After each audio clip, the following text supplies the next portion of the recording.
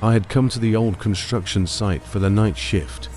This was the area of a large complex soon to be rebuilt, and I was temporarily working as a security guard. Day shifts were busier, but the nights were quiet. I was alone, sitting in the small security cabin, keeping watch and occasionally checking the surroundings. The job itself wasn't difficult. The challenge was the isolation and the long hours of nothing happening. The cabin was old, its windows and door worn down. Scattered rubble, machinery, and moved materials surrounded me. The site size and disorder restricted my view. Dark corners were hard to notice. At first, the silence felt calming, but as hours passed, it became tedious and heavy.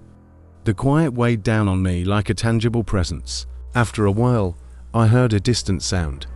Initially, I convinced myself it was the wind or some old material shifting, yet a small curiosity sparked inside me.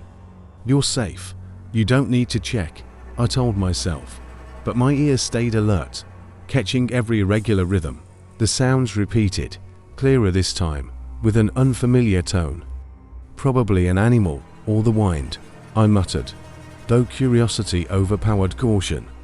I rose from the cabin, grabbed my flashlight, and cautiously headed toward the direction of the sound. My heart raced with every step. Walking along the corridors, tinkles and clatters echoed from machines and scattered materials. The noises gave the impression of movement, though nothing was visible. My light swept the area, revealing only shadows and empty spaces. The sounds continued on their own, urging me to stay alert. Turning a corner, I caught metal banging sounds from the upper floors. At first, I thought someone had moved materials, but the irregularity unsettled me. My mind raced. I considered returning to the cabin, but curiosity pushed me onward. As I approached closer, footsteps and faint tinkles mixed together. Something might have shifted among the rubble. Fatigue and silence twisted my perception, making ordinary noises feel threatening. I paused multiple times, but my curiosity kept me moving. Following the sounds, shadows seemed to shift. The flashlight beam flickered across metal and wooden surfaces, forming eerie shapes. "My mind is playing tricks," I told myself, though the exhaustion and isolation made it believable. Anxiety gradually built up. Occasionally, the direction of the sounds changed.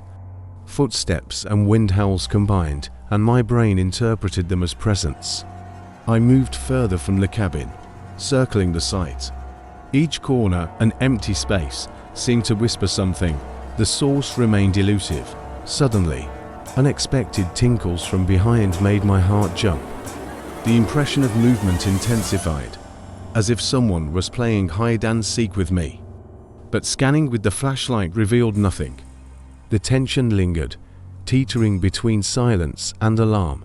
I wanted to return, but my steps felt heavy.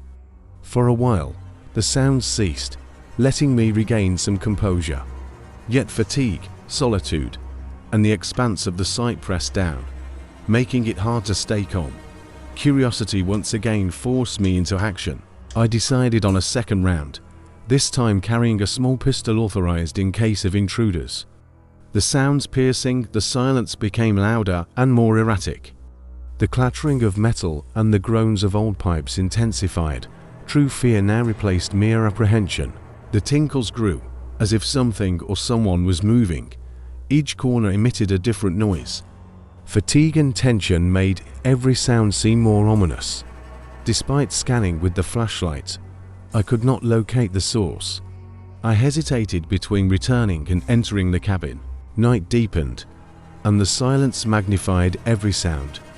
My steps, metal clashes, and wind moans blurred together, making reality indistinguishable from imagination. I tried to calm myself, yet the sounds constantly suggested new directions. At dawn, the first light crept over the horizon, and the clatters and murmurs gradually stopped. The empty spaces, revealed by the emerging light, made me remember the night clearly. I took a deep breath and walked toward the cabin, now feeling safer without the haunting sounds. As I approached, The cabin's metal door and windows appeared more defined. I held my flashlight to the glass, but inside, a faint shadow shifted. At first, I thought exhaustion and the events of the night were deceiving me. Yet the shadow's movement felt real. I couldn't summon the courage to enter. After a night of tension and fatigue, I was spent. Not long after, I noticed the other security guard would soon arrive. I decided to wait nearby, just out of reach of the cabin. Finally, the other guard arrived and asked what I had been doing. Exhausted, tense, and unable to enter the cabin, I explained everything: the night, the shadow, and the unsettling noises.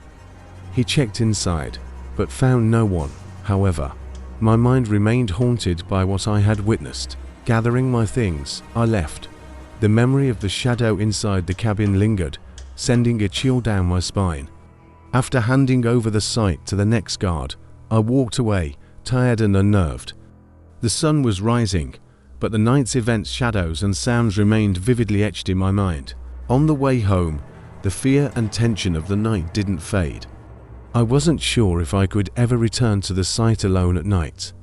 The only certainty was that what I experienced surpassed any ordinary security shift, leaving an imprint I could not easily shake.